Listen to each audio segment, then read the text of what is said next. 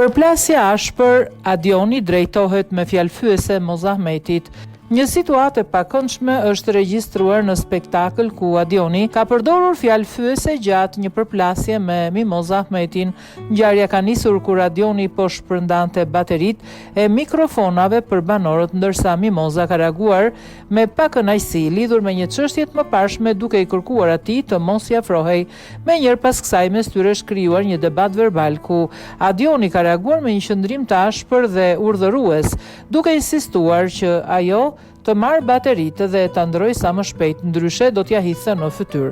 Gjatë debatit ai ka përdorur edhe shprehjen fyese meçk, e cila do të thotë bushtër. Pas publikimit videos, reagimet kanë qenë të menjëhershme dhe të forta.